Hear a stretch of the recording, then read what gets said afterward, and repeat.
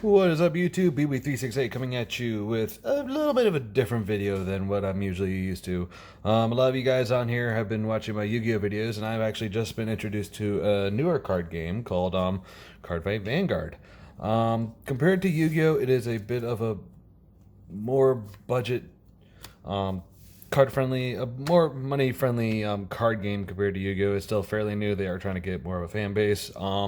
Just the logistics of it, if you're trying to get a right out the box ready to play deck compared to Yu-Gi-Oh, where you have to get three structure decks that usually cost $30, or if you're getting online, usually 12 to 15 bucks a piece. Vanguard, their trial decks only go for like $15 and are pretty decent to play right out the box. So 15, 30, already paying half the price. If you're going to be going for draw perfect guards, which I'll show you what those are in the deck, they're usually like $5 a piece. So for about $35 compared to 30, it's already pretty much a good deal compared to Yu-Gi-Oh. But main point of the game for Vanguard, just a quick little summary here. The main point of the game for Vanguard is to either get your opponent to 6 damage or for them to deck out. And if you're playing official tournament rules, if they don't have enough imaginary gifts, they technically lose as well. So overall, it's a fun deck. It's a fun game to play. The deck I'm playing is actually a pretty fun deck. It's called Bermuda Triangle Mermaid, pretty much Mermaid Idols. It is a power deck, which the imaginary gifts basically give any monsters that are on top of it 10,000 power on my turn. So that's pretty good, and they can go to front or rear guards. Again, maybe sometime today I will be getting to a sort of introductory video for how the game plays. But for right now, let's just get right into my budget build Bermuda Triangles. Obviously, you have your grade 0 starter, which for all of them, basically when a grade 1 or another grade is placed on top of it, you draw a card. So, easy draw power. Going into our big boss monster grade 3s, obviously we start with Serena. When she is placed on the field, basically whenever she attacks and it hits a Vanguard, if I have 4 or less cards, I draw a card. That's pretty nice. For late game, though, whenever she is placed on the Vanguard, I believe you can counterblast 2 and return 3 cards with Melody from your drop zone graveyard. Add them back to your hand. So automatically you can refill your hand with grade 3s and just basically swarm field that turn if you're trying to go for big damage. So that's pretty good. For our other grade 3s, she combos very well with Fina, which basically she has an intercept ability, which all monsters with Melody share. That basically they can intercept, so they can block damage going to your Vanguard, and it's a 10,000 boost basically. So that's pretty good. But the main thing for her, I believe if you Soul Blast 2,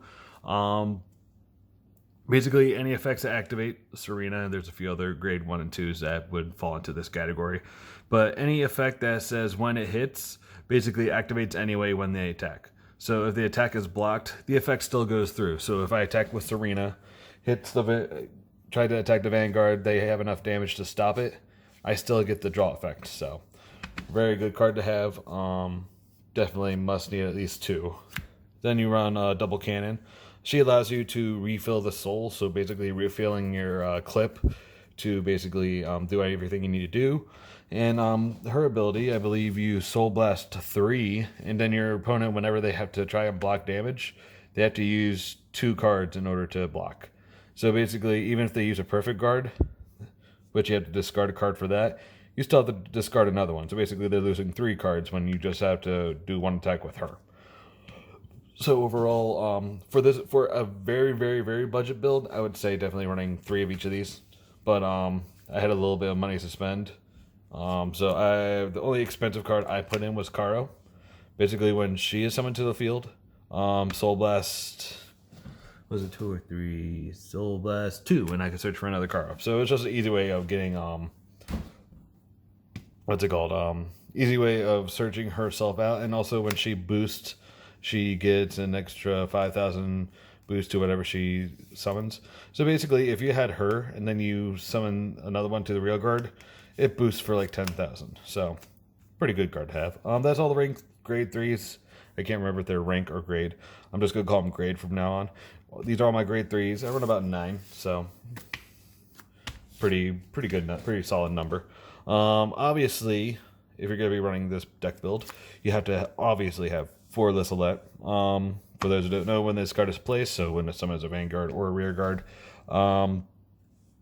basically look at the top card of your deck and either put it to the soul or summon it to the field. So especially early game, if she makes it onto the field and you happen to top deck grade 3, it's a huge advantage for you because now you can just keep on going with whatever you have. So definitely need to have four of her. Then there's obviously double of greenness energy. I've barely ever used her ability and whatnot, honestly. If I could, I probably would lower this down and find something else, but unfortunately, as far as draw power and everything else, this is what everybody has been running, so I'm assuming we're waiting for either more cards to drop for this set to replace her with something else, but for now, she's just a spot filler. And for the last of my grade 2s, we have Brume, which during your opponent's turn, this card gains 5,000, so automatically she's at 15, and when attack hits a Vanguard, counterblast 1 and draw a card. So again, going into that draw power, comboing with Fina if you already have her on the field. Just getting that extra draw.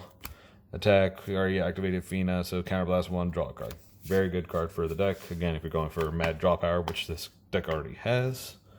Then going into our grade 1 favorite child, Ino. And I can understand why they named her as such, because basically...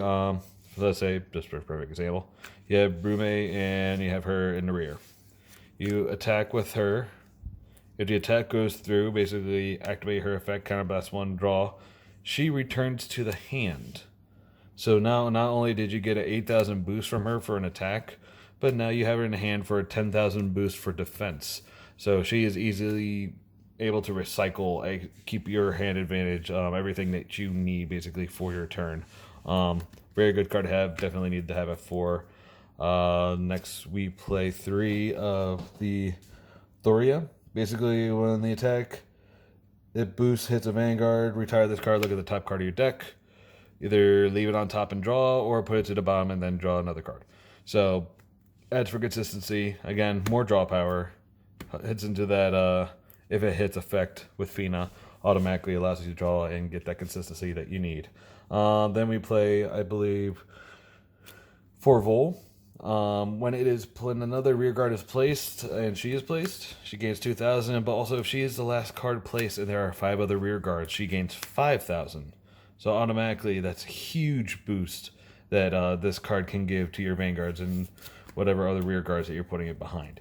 So always make sure if you have her in hand and you have like a couple other rear guards, she is the last one you summon, because again, she can get huge for your monsters and make them ridiculously big. Then I believe last for the grade 1s is Steza. At the end of the battle, it boosted the Vanguard, retire this card, draw a card, then counterblast 1, put a grade 3. Again, she's mostly for the late game if you have grade 3s in your graveyard, which if Serena is a card that you're going to be playing with, that should not be a problem. That shouldn't even be a thing, but she's just there for the extra draw power. Then obviously going right into our triggers, we have 4 Perfect Guard draws. These are the cards I was telling you about that you will need, because basically in the trial deck you will have draw triggers, and for example, we'll say this is a Perfect Guard trigger. You will have 2 separate cards that you're taking up 8 card spaces. With the Perfect Guard draws, obviously you're condensing that down to 4. So now you have 4 cards to play around with that you can put into your deck. So if you are looking to get into the game, again, these shouldn't cost more than $5 or so if my information is correct. Look it up for yourselves. I highly suggest if you're going to look to get into this game, definitely getting 4 of these, because again, that is 4 cards that your deck will not have to be worrying about. But these are 4 Perfect Guard draws. Obviously, you're going to be running your 8 criticals and then your 4 heals. That's pretty much the deck profile, guys. Let me know what you guys think if you guys play Vanguard. Again, I will be later on today hopefully getting up a video for how the game plays. I think I think I should be able to get you guys an accurate description on how the mechanics work as far as triggers, building, and everything else. But if you are gonna get into this game, I would highly suggest check it out. Get a trial deck, play around with your friends, try and get familiar with how the game plays. It's fairly simple compared to Yu-Gi-Oh and Magic and everything else. But other than that, this is the Bermuda Triangle budget-friendly deck profile. Let me know what you guys think. And this is BWE368 signing out.